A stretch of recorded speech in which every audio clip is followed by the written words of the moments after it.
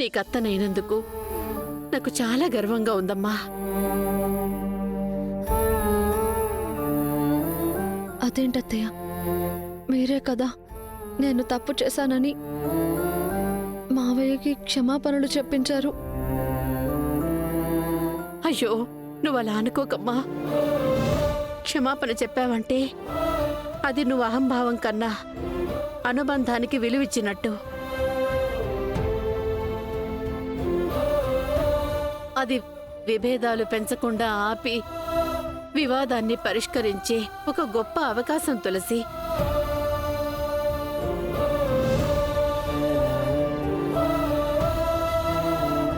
అందుకే నీతో నేనలా క్షమాపణలు చెప్పించాల్సి వచ్చింది తప్ప నువ్వేదో తప్పు చేశావని కాదు.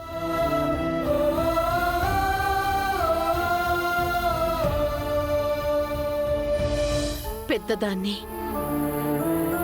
జీవితంలో ఒడిదుడుకులేంటో తెలిసిన దాన్ని, తెలుసో తెలియకో నువ్వు చేసిన పొరపాట్ల వల్లో, నా కొడుకు చేసిన పొరపాట్ల వల్లో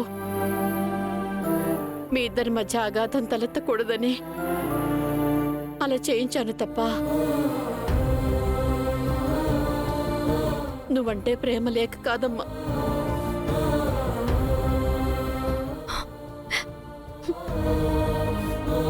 నాకు అర్థమైంది అత్తయ్య, కానీ నేను ఏం చేసినా అది అన్నయ్య వదినల్ని కలపాలనే తప్ప వేరే ఉద్దేశం ఏం లేదు నాకు. అదెవరూ అర్థం చేసుకోవడం లేదు. తులసి, తులసి, తులసి.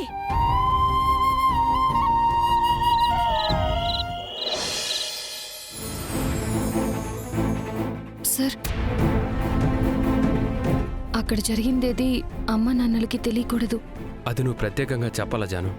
నాకు తెలుసు కదా. నువ్వేం కంగారు పడకు, తెలియనివ్వను. తెలిస్తే అనవసరంగా వీళ్ళని బాధ పెట్టిన వాళ్ళం అవుతాం. నాకు తెలుసు జాను. వీలైతే ప్రాబ్లమ్ని సాల్వ్ చేయాలి కానీ స్ప్రెడ్ చేయకూడదు. నువ్వు ఇంకేం ఆలోచించకుండా ప్రశాంతంగా ఉండు, సరేనా?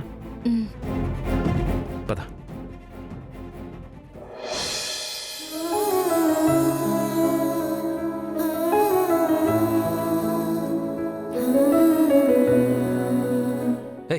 నీకు బుద్ధుందా అసలు? మళ్ళీ మళ్ళీ మా నాన్నని ఎదిరించి మాట్లాడుతున్నావు. నిన్ను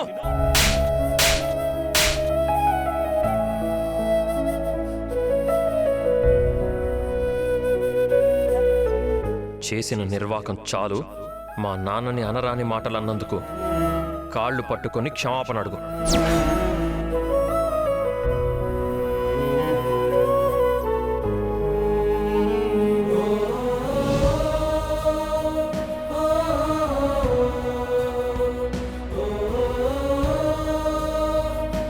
నన్ను క్షమించండి మావయ్య.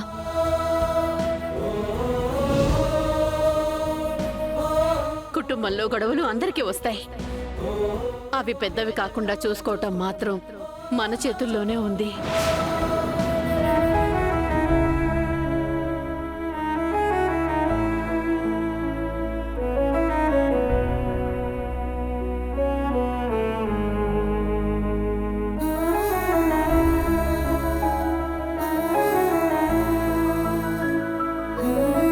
ఏవండి,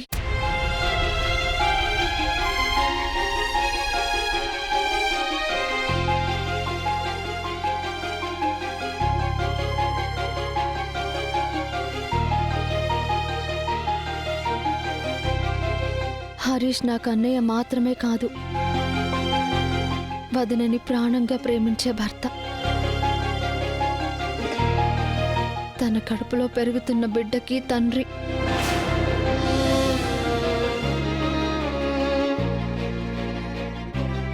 అన్నయ్య క్షేమంగా తిరిగి రావటం చెల్లెలుగా నాకంటే భార్యగా వదినకే ఎక్కువ ఇంపార్టెంట్. ఇప్పుడు అదంతా నాకెందుకు చెప్తున్నావు?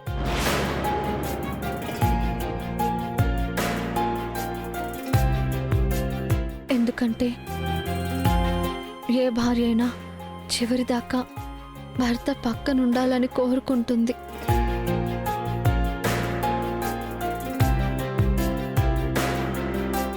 అందుకు బిడ్డని మోస్తున్న వదినకి ఆ అవసరం చాలా ఉంది. I love you baby, I love you. Please sir, ఆగండి సార్. సార్ అమ్మా, నాకేం తెలీదమ్మా.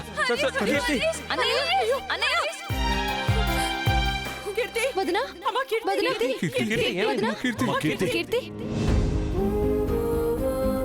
ఆయనకేదో జరిగిందని, జరిగిపోయినట్టు, చనిపోయినట్టు నాకు పీడ కలలు వస్తున్నాయి.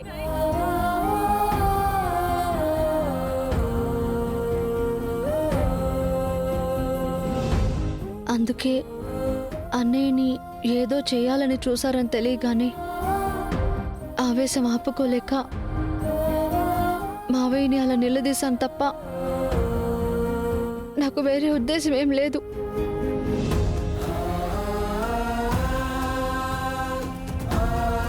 ఆయనంటే తండ్రిగా మీకెంత ప్రేమ ఉందో మావయ్యగా నాకు అంతే గౌరవం ఉంది.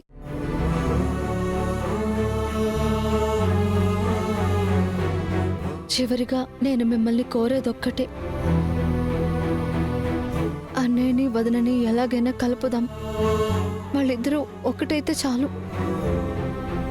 నేను ఇంకా ఎవరిని ఏ ఇబ్బంది పెట్టను.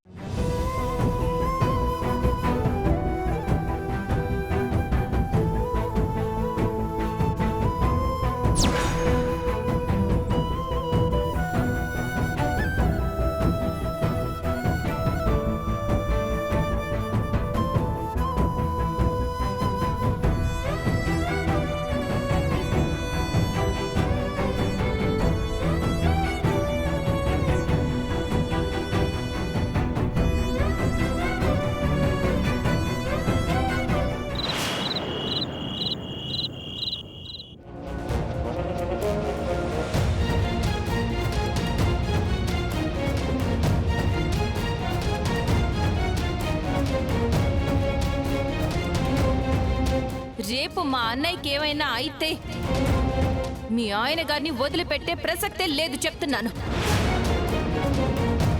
జాను, ఏం మాట్లాడుతున్నావు? నువ్వు వెళ్ళి ఇక్కడి నుంచి వెళ్ళు.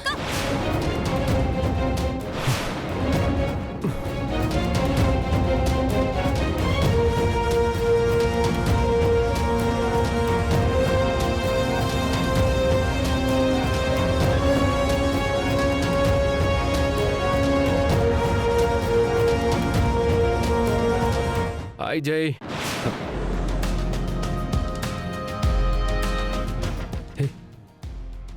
నువ్వు నీకు అసలు ఒంట్లో చీము, నెత్తురు, రోషం, పౌరుషం ఏమైనా ఉన్నాయా?